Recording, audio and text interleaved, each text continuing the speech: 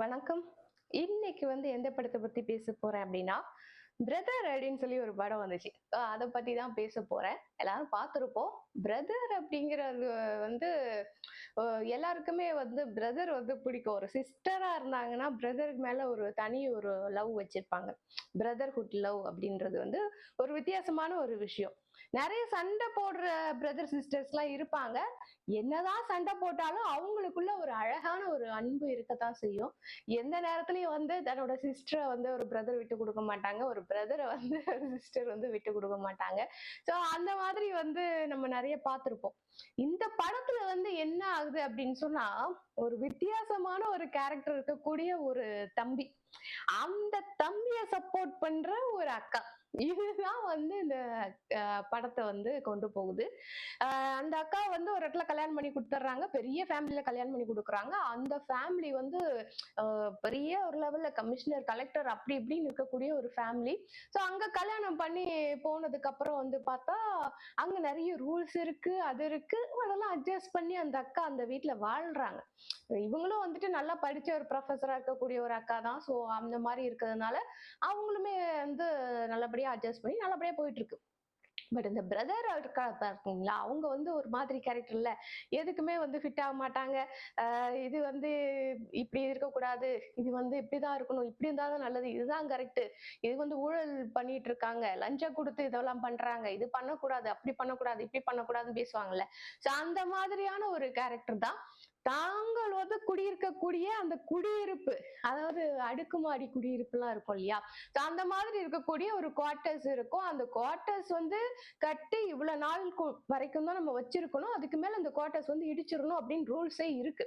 So அந்த மாதிரி அந்த காலகட்டத்தை தாண்டியும் அந்த குவார்டர்ஸ் இடிக்காம வச்சிருக்காங்க, இந்த பில்டிங் இடிக்காம வச்சிருக்காங்க. இது ரொம்ப டேஞ்சரஸான ஒரு விஷயம் அப்படின்னு சொல்லிட்டு அவரே போய் கம்ப்ளைண்ட் கொடுத்து கேஸ் கொடுத்து இது பண்ண ஆரம்பிச்சிருவாரு. ஆக்சுவலி அவங்க ஃபேமிலியே அந்த குடியிருப்புல தான் இருப்பாங்க, அவங்க ஃபேமிலி அங்கதான் இருப்பாங்க. அப்படி இருந்தும் கூட இவர் போய் கம்ப்ளைண்ட் கொடுத்து அது ஒரு பெரிய பிரச்சனையாக்கி விட்டுருவாரு. சோ அவங்க அப்பா என்ன செய்வாங்க, இதுக்கு மேல இவனெல்லாம் நம்ம வச்சு சமாளிக்க முடியாது அப்படின்னு சொல்லிட்டு ரொம்ப திட்டும் போது அவங்க அக்கா என்ன சொல்லுவாங்க, நான் கூட்டு போறேன் அவனை, நான் வச்சு பாத்துக்கிறேன் அப்படின்னு சொல்லிட்டு கூட்டிட்டு போயிருவாங்க. கூட்டு போனதுக்கு அப்புறம் அங்க ஒரு பெர்ஃபெக்ட்டா ஒரு ஃபேமிலி இருக்கு பாருங்க. இந்த ரூல்ஸ் எல்லாம் வச்சுட்டு அவங்க அக்காவோட ஃபேமிலி இருக்கு பாருங்க. அந்த ஃபேமிலியோட இவரால மிங்கிள் ஆக முடியாது. ஏன்னா இவர் அந்த மாதிரி பெர்ஃபெக்ட்டா இருக்கக்கூடிய ஒரு ஆள் கிடையாது. எதுக்கு எடுத்தாலும் கேள்வி கேட்கக்கூடிய ஆளு, எதுக்கு எடுத்தாலும் இது இப்படி இருக்கணும், அப்படி இருக்கணும் அப்படின்னு ரூல்ஸ் பேசக்கூடிய ஒரு ஆளு. சோ இவங்களுக்கும் அந்த ஃபேமிலிக்கும் ஃபிக்ஸ் ஆகாது. அதுக்கப்புறம் நிறைய பிரச்சனைகள் வரும். அந்த பிரச்சனைகள் எல்லாம் எப்படி சமாளிக்கிறாங்க, அவங்க அக்கா எப்படி பிரதருக்கு சப்போர்ட் பண்றாங்க அப்படிங்கறதெல்லாம் படத்துல போயிட்டு இருக்கும்.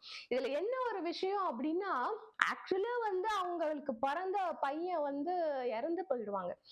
அந்த இடத்துல இன்னொரு குழந்தைய கொண்டு வைக்கும் பொழுது, அந்த குழந்தைக்கு அக்கா ஸ்தானத்துல இருக்கக்கூடிய ஒரு குழந்தை, 2 பேரும் குழந்தை தான். குழந்தையா இருக்கும்போது எனக்கு தம்பி கிடைச்சிருக்கான் அப்படின்னு சொல்லிட்டு அந்த அக்கா ரொம்ப ஹாப்பியா இருப்பாங்க.